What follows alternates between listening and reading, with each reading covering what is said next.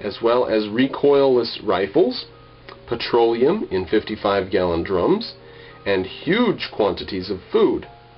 They also discovered bodies of enemy soldiers killed by U.S. airstrikes. 23 in one location, 50 in another. American airstrikes were so widespread that the discovery of enemy soldiers killed from the air became a common occurrence. So, I mentioned that earlier. We did a lot of killing of enemy soldiers that we never even saw. It was just their dead bodies reported in. And, as we also saw earlier, these reports of casualties sometimes might have been exaggerated. It could have been, right?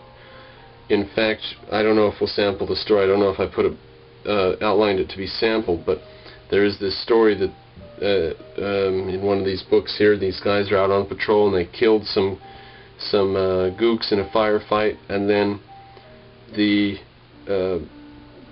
sergeant major on the radio wanted them to bring the bodies. So each one of them had to bring the bodies. Now, you could do something grotesque like, say, bring the right hand or something, but that's not, that's not right. So they had to bring the whole body, all the bodies. Now, he radios back and says, "I'm not carrying these freaking gooks, it's hot, that's ridiculous." And the guy radios back and says, "Do it, that's the decision. Bring it in or else you're going to go in the can." Alright, let's continue. North Vietnam joins the battle. North Vietnam's reaction to the invasion built gradually. In the first days after ARVN crossed into Laos, Hanoi's attention was also drawn to the U.S. Naval Task Force, augmented by 2 aircraft carriers and escort vessels, cruising in the Tonkin Gulf 70 kilometers off the port city of Vinh. The mission of the force was to feign an attack on Vinh. Okay, so for the first couple days, they were like, what the hell, you know, we got that action going down here, and then they're going to come into this main city? Each day, the 31st Marine Amphibious Unit practiced aboard the ships for an air assault.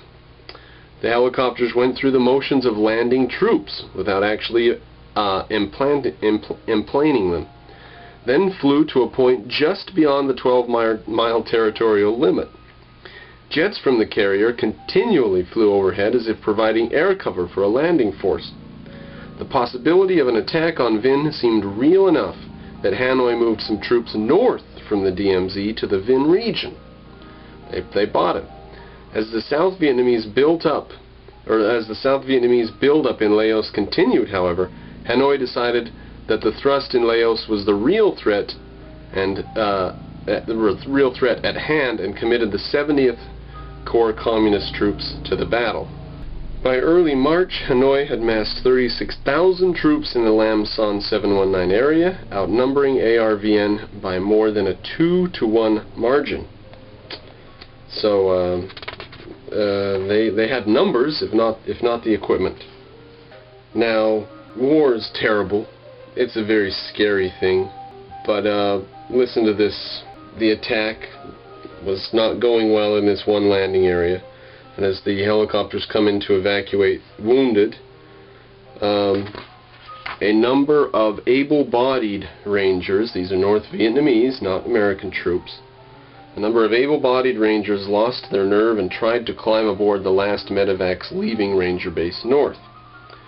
When they were repulsed, you know, you're not allowed to get on, you're able-bodied, you can't leave the combat zone.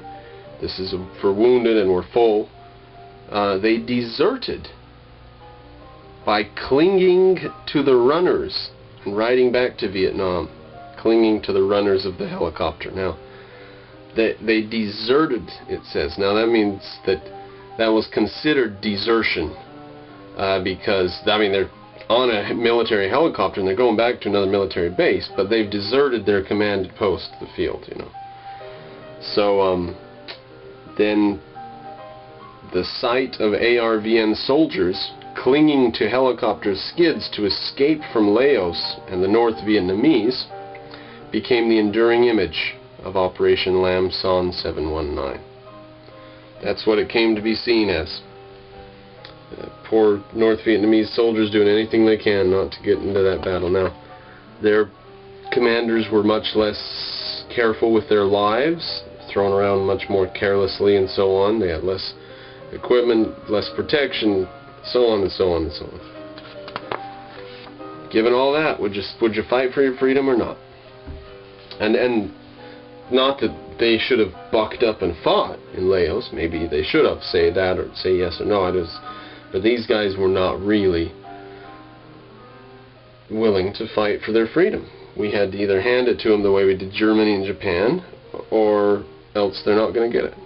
And I'm not saying we've got to hand it to them because they need and deserve it, but if we do want them to be free rather than communist, we can't expect them to do it for themselves. We've got to do it, like we did with Germany and Japan. Germany and Japan did not choose freedom. Again and again they chose different governments of different types over the centuries, and they never chose a free government. Fine. We shoved it down their throats. Same thing should have been done in Vietnam. Now, there was this group of men that were stuck in this area where they couldn't get supplies in because the helicopters were driven off by anti-aircraft fire when they tried to resupply the troops.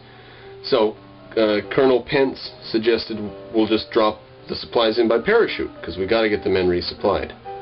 And the commander in charge, the South Vietnamese commander, didn't want to do that because then the men would know how desperate their plight was.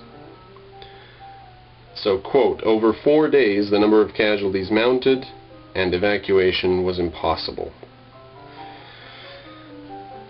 We don't want them, you can't fly supplies in by parachute. People would know how bad it is.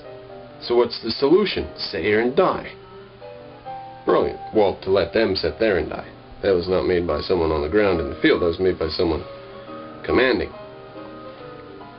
The North Vietnamese had FSB-31, that's the fire base we're just talking about, surrounded.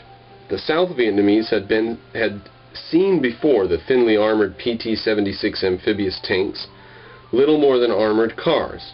But the sight of Soviet T-54s, huge 32-ton battle tanks with 100mm Soviet cannons and 12.7mm machine guns, the sight of these things crashing towards them came as an overwhelming shock. The outer defense of FSB-31 consisted of but one ring of concertina wire. That's all they had, and the Soviets' T-34 tanks were there. At that moment, a U.S. Air Force F-4 Phantom was hit by anti-aircraft fire, and the pilot and crewman ejected, parachuting down into the jungle far from the battle. The forward air controller left his station high above FSB-31 to track the airmen and direct their rescue by helicopter. His absence left the remaining aircraft without instructions or guidance, interrupting the air support that was crucial for the beleaguered base. It was an egregious mistake. With no airplanes to slow its advance, another column of tanks and infantry attacked from the north. A lone helicopter attacked the column with its M60 machine guns, but NVA soldiers rolled onto their backs and fired up, driving it off. The NVA, it just goes on about that battle, but you see how badly done was the fighting on the. I mean, sure, the one aircraft has got to go help those two troops that are down, but what about all these other troops? That's 2 troops that just went down in that F-4 Phantom. What about all these other troops that they now don't have any direction for their air control? The Germans had said stuff like, oh, you know, the British are all lazy and stuff, and